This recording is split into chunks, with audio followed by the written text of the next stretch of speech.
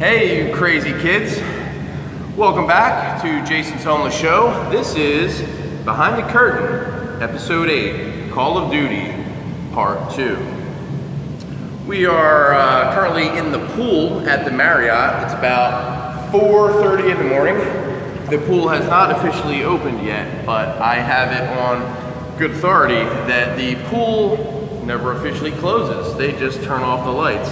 And you'd think maybe that would be a deterrent to have people come into the pool, but I don't really think so. I think it's more of an incentive to come to the pool because it's kind of fun to swim in the dark. REM has a song called Night Swimming that I really like. I was just listening to it. Posted a sweet selfie on Facebook to let the fans know that I am still around. And I'm at the Marriott, so if you want to come swim in the pool, swing by. But where I'm at right now is far less interesting than where I just came from. I just came from a mental hospital. Now, if you're from the Philadelphia area, you've probably heard of that hospital. It's called Friends Hospital.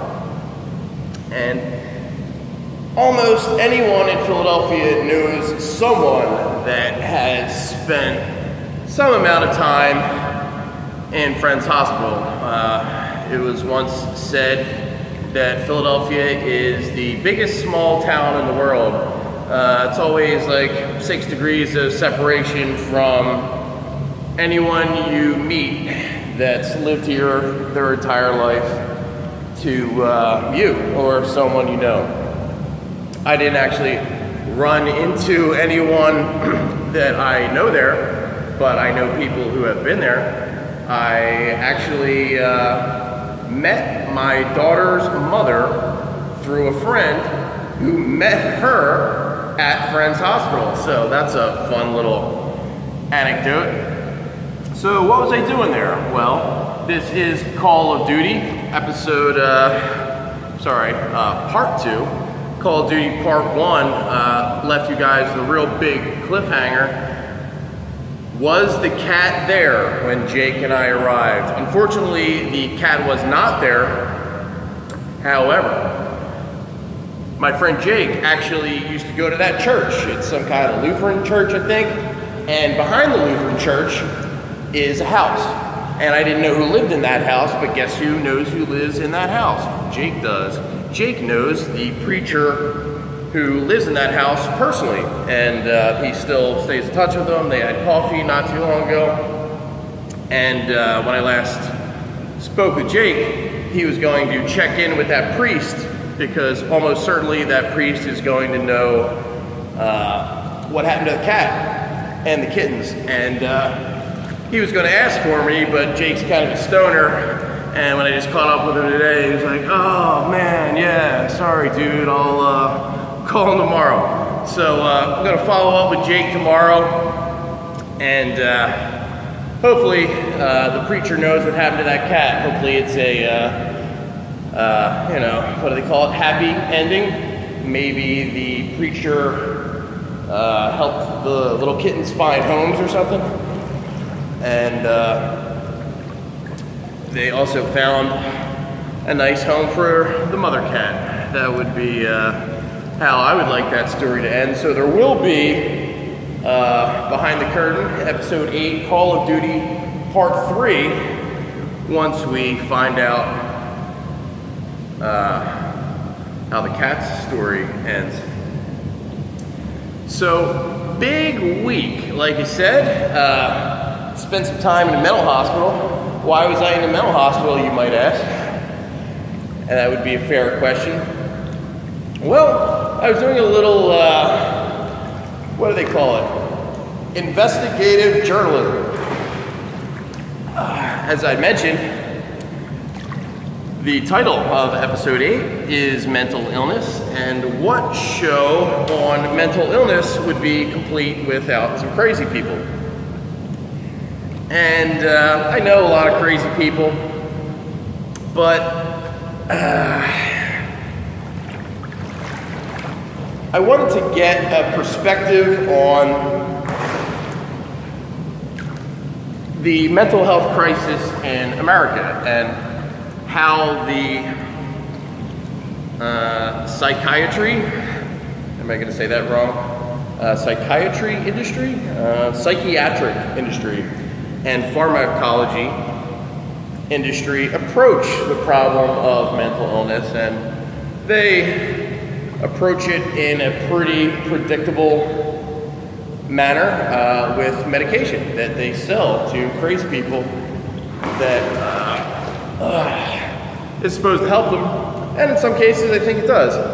In others, I think maybe that medication makes them crazier. I think maybe in some cases medication is prescribed where other manners of treatment might succeed better. For instance, depression is often treated with SSRIs, they call them, serotonin, blah, blah, blah, blah, blah, blah, blah. And anxiety is often treated with benzodiazepines. When those two mental health ailments can also be treated in different ways. Common way that people treat anxiety without medication is through exercise. Things like yoga, cardio, really good at relieving anxiety. Men that I have spoken with over the years have treated depression with testosterone replacement therapy, heavy weightlifting. I have not spent a lot of time researching natural cures for common mental health ailments for women, because I'm not a woman, but I could look into that as well as part of episode 8. So what did we learn in Friends Hospital? I learned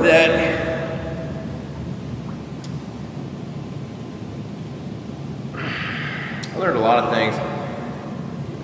I learned that people that work in that environment, like a lot of other industries, like the prison guard industry, like the police are sometimes accused of,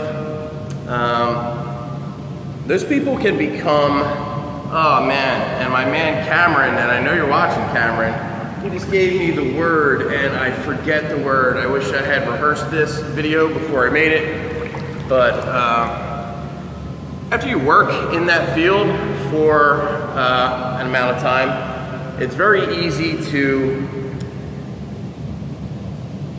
lose empathy for people that are in that situation. People can start to forget the golden rule that we should always treat others the way that we would like to be treated, with compassion and empathy and patience and understanding. And I certainly did see quite a bit of that in staff, some more than others. Some were not very compassionate at all. Some were outright rude and insulting.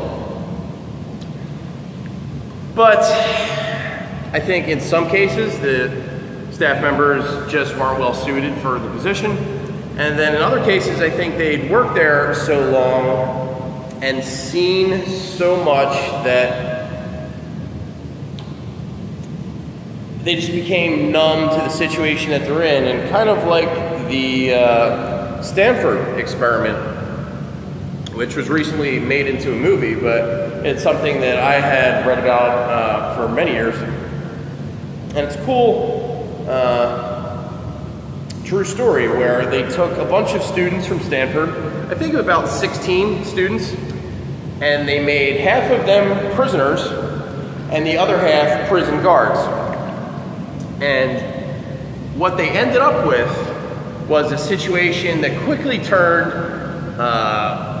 real and real ugly. Became an us versus them situation. And the students who were made to be guards became abusive to the students who were made to be prisoners. They ended up having to cancel the experiment early. It had gotten so bad. And I've never actually seen the movie, but I know it's been advertised pretty heavily. I'll probably check it out as part of my research into episode 8. And the pool will be opening soon. I don't want to go too long on this video. So what else should I cover in episode, Behind the Curtain for episode 8, Call of Duty Part 2? I guess I should cover my future plans. I plan to be leaving the Philadelphia area very soon, probably within the next week or two. Where am I headed? I don't exactly know, but I know that I am headed south. I'm thinking perhaps the Florida area, maybe Texas, near the Gulf of Mexico. Southern California is on the table, but Southern California is kind of tacky. It's like the last place on earth that I really want to go. But all options are on the table. What I don't think I'm going to be doing is going back to the bridge at 2nd and Callow Hill, not for any length of time. Anyway, I think I've done all of the research into episode 8 that I can do in Philadelphia. I think it's time to spread my wings and fly, so to speak. So that's what I'm going to do. As I mentioned in episode 1, I've lived in Philadelphia my entire life, spent my entire life, well, a good portion of my entire life, trying to get out of it and always getting pulled back in because I have a lot of connections here, friends, family, jobs, the comfort in knowing the lay of the land. But I've become very comfortable in living in all kinds of different situations with total strangers, homeless under a bridge, homeless in a park, homeless alone, homeless with other people running the streets, ripping and running. And as I mentioned, the goal was to head south. And when I say south, I mean south of the American border. I don't think that is the perfect destination yet. I have things to take care of in the United States before I leave for good, if I leave for good. So definitely want to do things the right way. I don't want to just, flee the country. I would have legal problems if I fled the country. And I gotta get my Social Security card and all that, because I've had my Social Security card and I've gotten new ones 5 different times. I do this like once every 2 years. And I only ever really need my Social Security card when I go to a non-consulting job, when I sign up for the W-2 type jobs. Employers in the United States are required to get a copy of the Social Security card for every employee that they hire.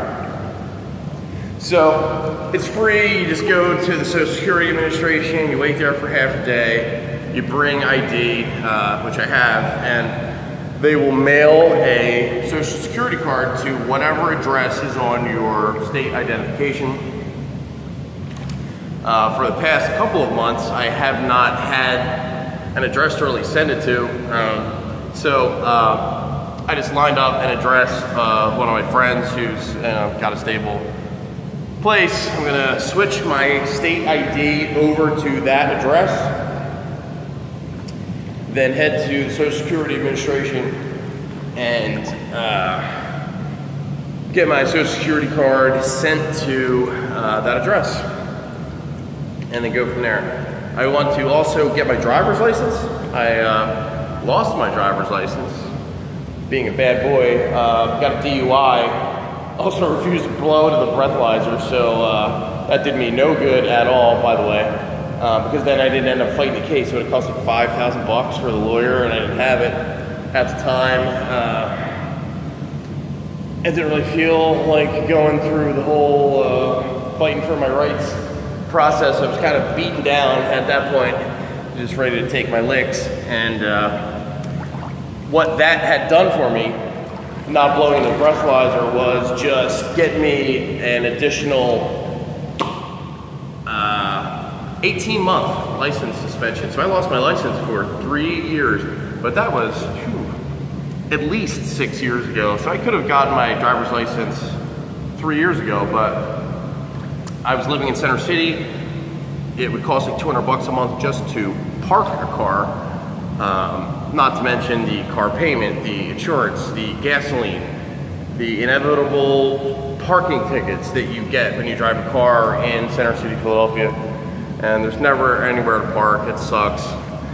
And where was I going to drive to? When I lived in Center City, I walked 8 blocks to work, from 11th Spruce to 16th and JFK. I think it was about 10 blocks. And after work, there's 1,000 different places to go in Center City. You can always Uber as well. You can rent cars. I had friends that drive, so it wasn't a real big deal to go run out and get a car. It was just never high priority. But now that I'm exploring different areas and actually prefer less urban areas, it probably makes more sense to, if not get a car, at least get my driver's license, so that if I want to get a car, I'm legally allowed to drive it. One of my fantasies throughout my 30s has been to travel in an RV. As I mentioned in several episodes, I watch a lot of RV related channels, like Nomadic Fanatics channel. If you're not familiar with that, it's definitely a YouTube channel worth checking out. It's this guy, Eric Jacobs, his name is. And he has spent the past 10 years, I think, living in RVs and traveling around. And in just the past like 4 years or so, he started a YouTube channel that became probably the most popular RV-related YouTube channel. It's got over 100,000 subscribers, and it's now his sole source of income, just traveling around in his RV and earning money from the YouTube advertisements. So he was one of my inspirations when I thought about starting a YouTube channel. Not starting a YouTube channel on the subject that I ended up starting my YouTube channel on, but just YouTube channels in general.